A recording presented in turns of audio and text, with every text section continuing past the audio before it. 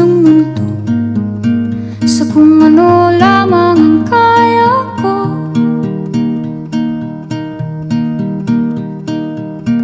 Bigang-biga na sa mga problemang di masolusyonan agad, parang wala nang bukas. Pwede bang umiwas? Hinahanap ang sarili.